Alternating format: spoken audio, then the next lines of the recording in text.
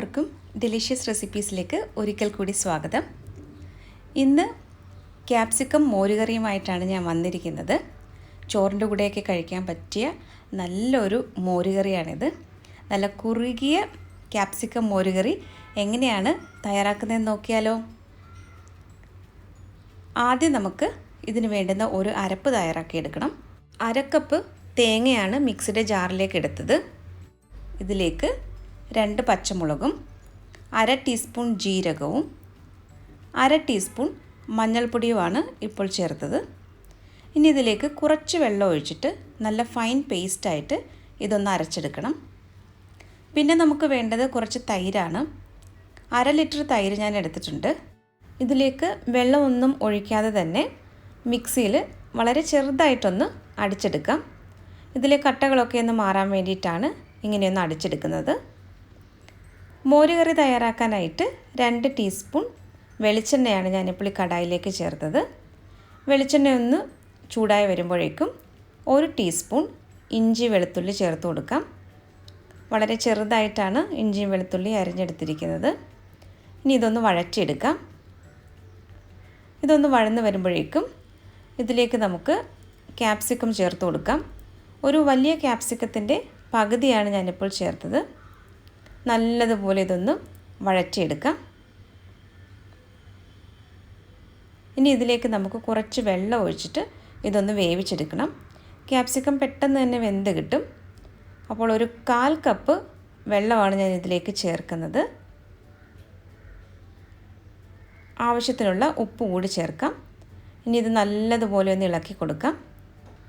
അതിനുശേഷം ഇതൊന്ന് അടച്ചു വെച്ചിട്ട് അല്പസമയം ഒന്ന് വേവിച്ചെടുക്കാം. വളരെ പെട്ടെന്ന് തയ്യാറാക്കിയെടുക്കാൻ പറ്റുന്ന നല്ല ടേസ്റ്റി ആയിട്ടുള്ള ഒരു മോരുകറിയാണിത്. ഇപ്പോൾ ക്യാപ്സിക്കം ഒക്കെ നന്നായിട്ട് വഴന്ന് വന്നിട്ടുണ്ട്. നല്ലതുപോലെ ഇത് സോഫ്റ്റ് ആയിട്ടുണ്ട്. ഇനി ഇതിലേക്ക് നമുക്ക് നേരത്തെ അരച്ചു വെച്ചിരിക്കുന്ന തേങ്ങയുടെ കൂട്ട് ചേർത്ത് കൊടുക്കാം. ഈ മിക്സിയുടെ ജാറിലേക്ക് അല്പം വെള്ളം കൂടി ഒഴിച്ചിട്ട് അതുകൂടി നമുക്ക് ഈ കടായിലേക്ക് ചേർത്ത് കൊടുക്കാം. ഏകദേശം 1/4 കപ്പ് വെള്ളമാണ് ഞാനിപ്പോൾ ചേർത്തത്. ഇനി ഇത് നല്ലതുപോലെ ഒന്ന് ഇളക്കി കൊടുക്കാം. ഈ അരപ്പിൻ്റെ പച്ചമണം മാറുന്നത് വരെ നന്നായിട്ട് ഇതൊന്ന് ഇളക്കി കൊടുക്കാം. അരപ്പിൻ്റെ പച്ചമണമൊക്കെ ഒന്ന് മാറിക്കഴിയുമ്പോഴാണ് ഇതിലേക്ക് തൈര് ചേർത്ത് കൊടുക്കുന്നത്.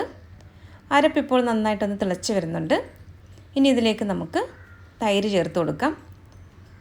1/2 ലിറ്റർ തൈരാണ് ഞാനിപ്പോൾ ഇതിലേക്ക് ചേർക്കുന്നത്.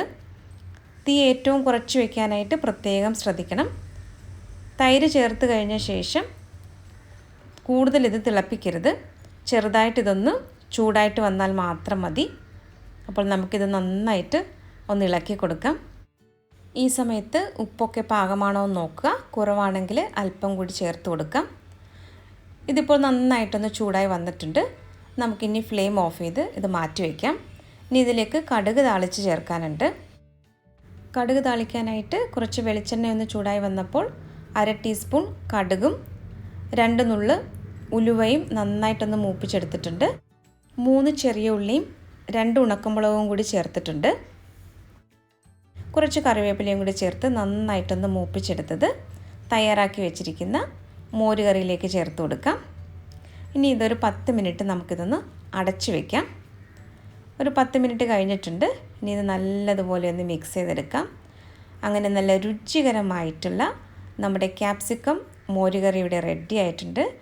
ചോറിൻ്റെ കൂടെയൊക്കെ കഴിക്കാൻ പറ്റിയ നല്ലൊരു മോരുകറിയാണിത്. അപ്പോൾ എല്ലാവരും ഇതുപോലെ ഒന്ന് ട്രൈ ചെയ്ത് നോക്കുക. ട്രൈ ചെയ്ത് നോക്കിയിട്ട് ഫീഡ്ബാക്ക് കൂടി തരാനായിട്ട് മറക്കരുതേ. അപ്പോൾ മറ്റൊരു നല്ല റെസിപ്പിയുമായിട്ട് വീണ്ടും വരാം. താങ്ക്